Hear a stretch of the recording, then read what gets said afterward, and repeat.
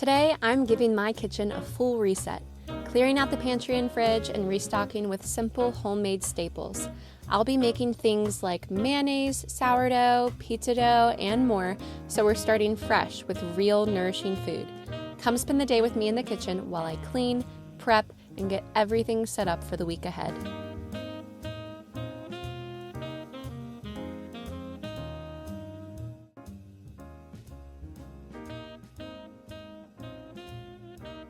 Hello, welcome back. Today is very much needed. My pantry and my fridge are an absolute disaster and they need some tender love and care. And we are out of a lot of the kitchen staples that I typically make homemade and have on hand. So today is going to be jam-packed. I'm going to be decluttering the pantry and the fridge, and then I'm also going to be making sourdough, pizza dough, mayonnaise, granola, yogurt, and bone broth. So it's gonna be a jam-packed day, and I'm excited you guys are joining me.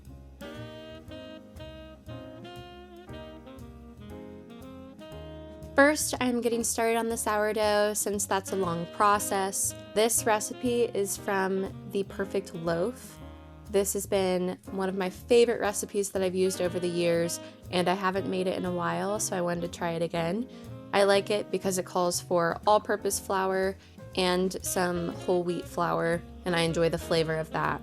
But then it's also a pretty loaf, gets a good rise. I will link this recipe down below. I feel like his recipes are a little harder to understand for a newbie, but just ignore most of what he says and you'll be fine. Now I am cleaning out the fridge. I decided to speed this up because otherwise this video would be so long. Who knows though, maybe that's something you'd be interested in, but I just didn't want to take too much time because I thought it was maybe not super interesting. But basically how I do this is I start with the doors, I take the shelves off, I clean them off in the sink, dry them, put them back, and then restock everything on the shelves. I throw away anything expired or just gross. And then I'll do the same on the inside of the fridge, take the shelves out, wash them in the sink, dry them, put them back, restock the food. And it's always just such a good feeling once I'm finished, just seeing a totally clean fridge without all this stuff that's been sitting and taking up space that is expired or gross. I like to do this every few months or just whenever it just gets to the point where it needs to be done. And man, I love the feeling of having a clean fridge. I still catch myself just walking by and opening up the fridge and just looking at it for fun. So to further explain the sourdough, for this recipe, you are supposed to make the levain in the morning, which is where you just basically make the starter for the recipe. But sometimes if I don't have the time, I'll just skip that and just use the same amount of just active starter that I have instead of making a levain. And it still turns out fine. I'm sure, there's probably reasons they do it that way, but if you're in a pinch, this works. Then you saw me do the autolyse, which is where you just mix the water and the flour together in the bowl and just let it sit for a couple hours. Then now what I'm doing is mixing in the rest of the ingredients. So I'm adding the rest of the water and the salt and the levain, which I just used starter, and mixing that all together. Then I'll let it sit for a little bit, and then I'll do some stretch and folds, and I'll do more stretch and folds throughout the day. I really don't do this on a time schedule. I'm just trying to put bread on the table. I basically just do it whenever I think about it, and that works out fine. Next, I'm making the homemade mayo. I will link the recipe down below. I've showed this in a couple previous videos, but you basically just mix all of the ingredients except for the oil in a glass jar, and then with your immersion blender, slowly add the oil as you're moving your immersion blender up, and you have mayonnaise. It's so easy, so simple, and I'm just prepping it to have on hand for the week.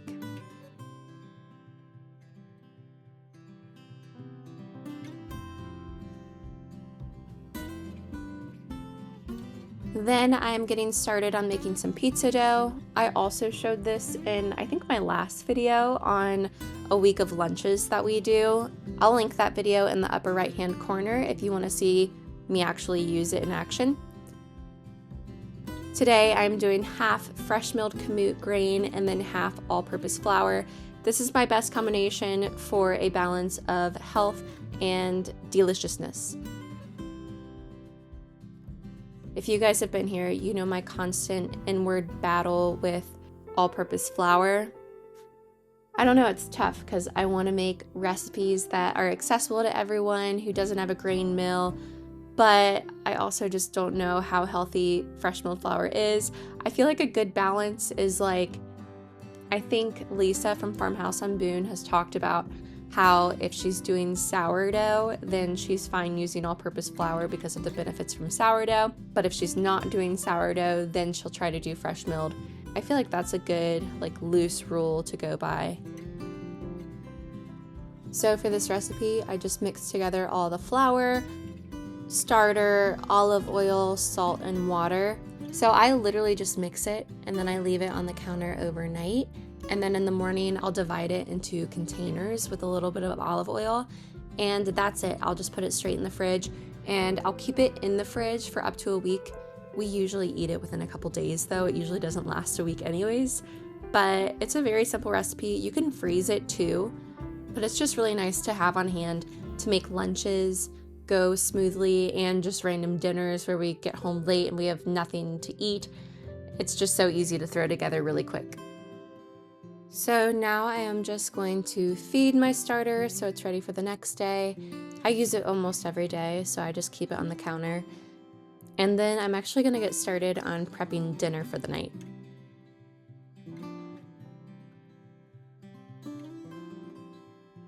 For dinner, I am making a roasted chicken with carrots and potatoes. This is one of those dinners that's so easy to throw together, and I actually timed it for today because I wanted to use the bones to make bone broth. I already have one chicken carcass in my freezer, and I usually try to use 2. Just good timing all around. I also looked it up after this, and I realized I had been trussing my chicken the wrong way. I've just been tying the legs together, but I realized, wait, the arms are still sticking out, and I realized I forgot how to do it. So forgive me for that.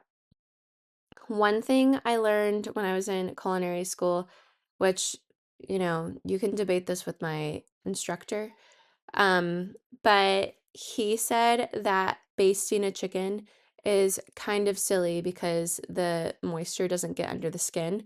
So he taught us to put butter under the skin of the chicken so then it would actually have contact with the breast to make it more tender.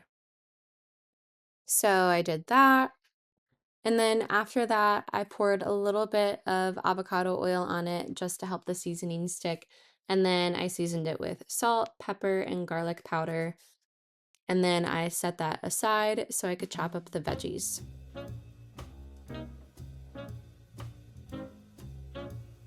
On this side. Wow, that is cool.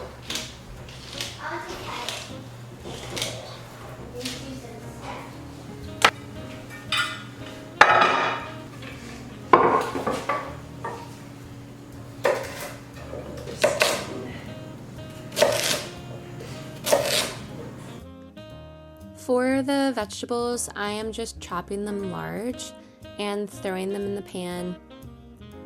I throw in a little bit of olive oil, salt, pepper, garlic powder, and then I toss that together.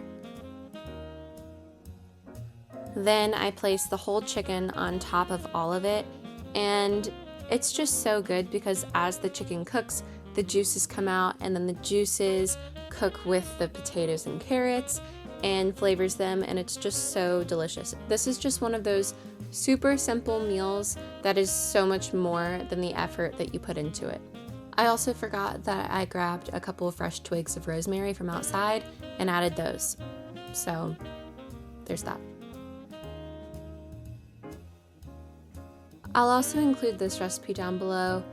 One thing to note, I think my oven runs hot because I just noticed that I feel like my recipes always bake a lot faster than recipes say they should. But for this, it calls to bake it for an hour and a half. I bake it for an hour, and then around an hour I cover it with aluminum foil so it doesn't get too dark. And then I bake it another 30 minutes, and it always comes out juicy and tender and delicious. But I do add foil just to make sure it doesn't get too dark.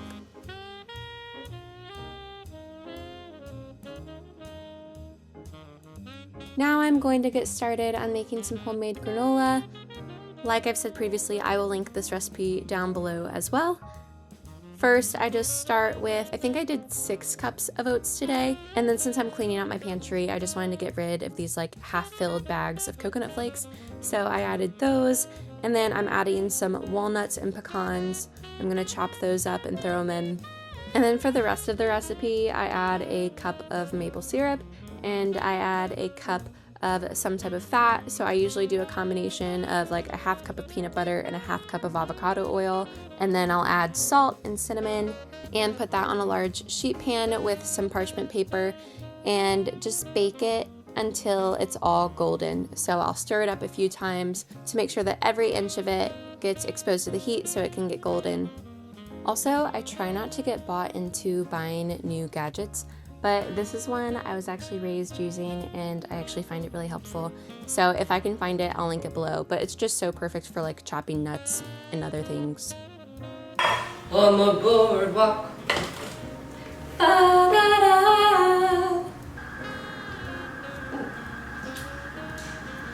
My baby.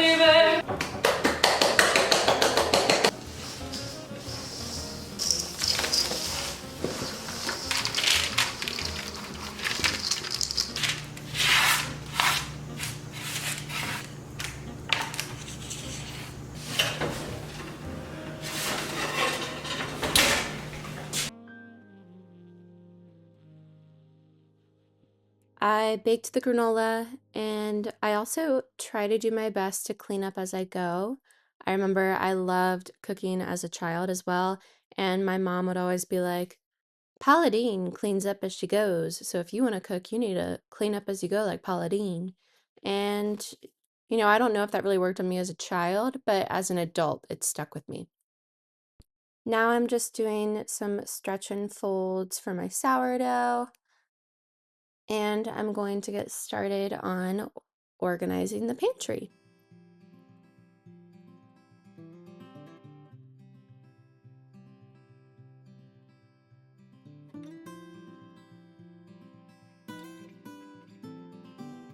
So I feel like my pantry is kind of a hard setup to work with. So you can see where you see the shelves, but it actually goes far to the right.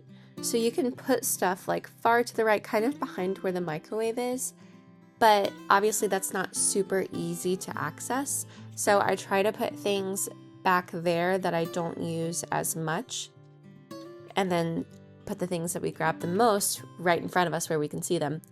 So right now I have it organized where the top shelf is my husband's for the most part. So it's where all of his supplements are, our protein powders. We buy a lot of eggs and we keep most of them in the pantry. Unless I'm using them, then I'll keep them in the fridge. And then also just some random stuff up there that I don't need all the time, but I still want to keep. So that's the top shelf. Then the next shelf is where I keep like snacks and nuts and chocolate chips. And then also all those big containers of things like rice, coconut sugar, flour, quinoa, whatever. Then the next shelf is for all of our canned goods, pastas. I have like a basket of like random little like wild rice and barley, like small bags of things we don't use all the time. And then the next one, I keep like large appliances, pots, pans. On the bottom, I just have my large 5-gallon buckets of grains. Right now, I have hard red, soft white, einkorn, and kamut. But my favorites to use are soft white and kamut, so that's what I use the most. Oh, I also have a bucket of oats too. So today, I just took it all out, cleaned it down, and then put everything back, and it looks so much better now. I'm so happy with it. Another thing to mention is I thrifted this, I'm sure there's some correct term for it, but it's basically like a wooden thing that I think is meant to hold onions and potatoes. So I have that like right outside my kitchen, and I keep my onions, potatoes, and sweet potatoes there. Now I am doing more stretch and folds for the sourdough loaves that I'm making. And then I'm going to pull dinner out of the oven. And we actually have our church's small group tonight, so we'll be going to that in a little bit. Our small group actually has dinner together. Tonight I just signed up for fruit, so I'm bringing that. I usually still make dinner beforehand just because my family eats a lot and it's easier to make dinner, so I have leftovers for Josh's lunch the next day as well.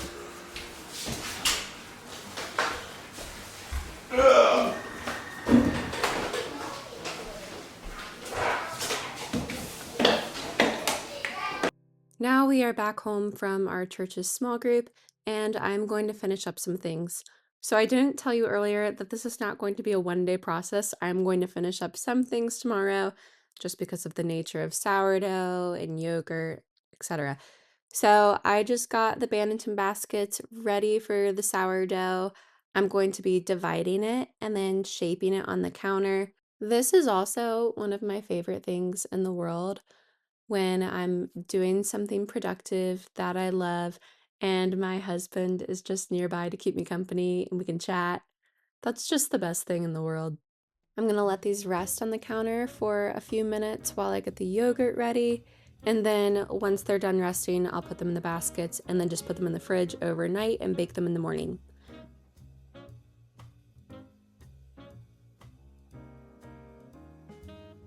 For the yogurt, I just add a gallon of milk to my Instant Pot, and then I put it on the boil setting and let that warm up while I'm doing other things. And then maybe like an hour later, once it had hit the boil setting, I let it cool down until it hit 115, and then I get about a 1/4 cup of yogurt that we already had, ladle in some of the warm milk to the yogurt that we already have, whisk it together, and then whisk it into the whole gallon of milk in the Instant Pot. And then I'll set that on the yogurt function and leave it overnight for about 10 hours.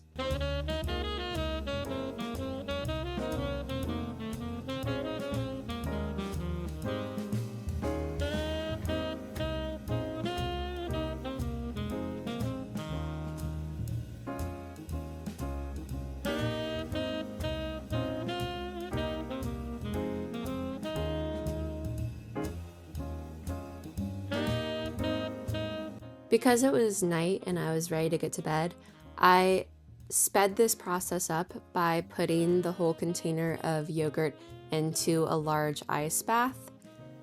Otherwise, it could take like over an hour for it to cool down to 115. And now I'll just leave it to set on the counter on the yogurt function until the morning.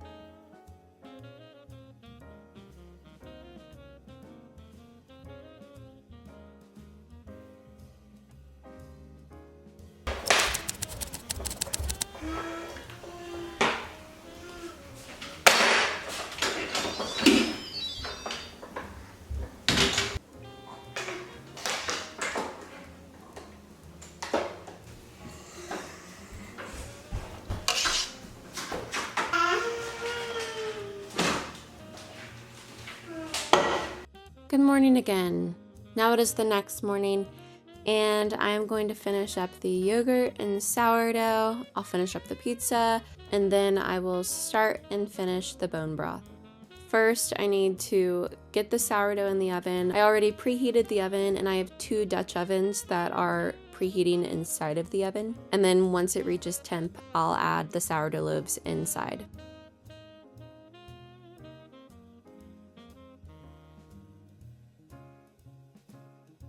Right now I'm just scoring the loaves so they look pretty, and then I'm going to finish the pizza dough.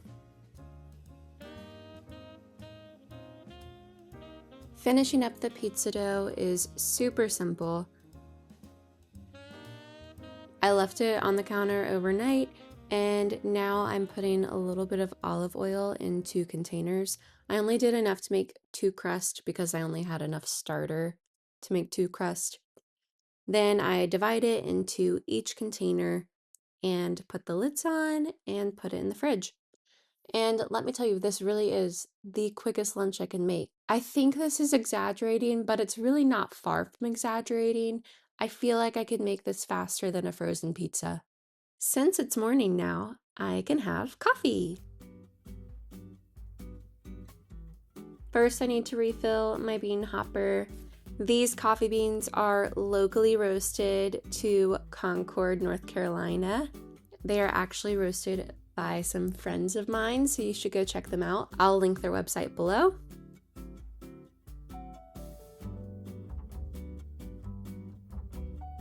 To make my coffee, I first use a dosing funnel to make sure the grounds don't fall out. Then I use a distributor to distribute out the coffee grounds, and then I tamp them down, put them in the machine, start it for 2 shots. If you catch it, I almost tried to put the milk in the cabinet, so that's a little scary.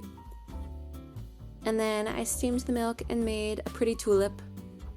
I worked in a few coffee shops during like the end of high school and college, so it's fun to still get to use those skills at home.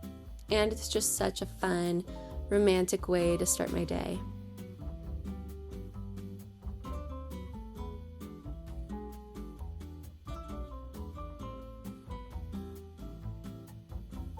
I put the bread in the oven for about 20 minutes, and then I took the tops off, and now I'm gonna bake them for probably another 20 minutes until they're cooked all the way. Now I am starting the bone broth. I'm adding the frozen chicken carcass I had, and then the one that we ate from dinner last night. I also had all of these leftover like leek ends that I added from when I made quiche recently, so I'm adding those. And then I'm also adding these little guys. These are chicken feet, and they say if you add chicken feet because of all of the joints that it helps your bone broth be more gelatinous. Apparently parts of the chicken with more joints are better for gelatin. Then I'm adding some broken up carrots, salt, and then water until it hits the max line. And then I'm just going to cook that on low for about 2 hours. Once it's finished, I strain it and store it in 1/2-gallon jars in my fridge. Now I'm pulling the bread out, and I literally just pulled it out and I'm already cutting into it, which you're not supposed to do, but we just could not wait. We were so excited for this bread. You can tell I'm literally burning my fingers cutting this bread. And then I'm using my Butterbell, which I told you guys about last time, but I still love it. And that's it. We completed all of the from scratch home staples that I wanted to catch up on. We decluttered my pantry and the fridge, and I'm just feeling so productive after all of this. Thank you guys for watching this video. If you guys enjoy this, please like it and subscribe. I post videos every Tuesday and Thursday.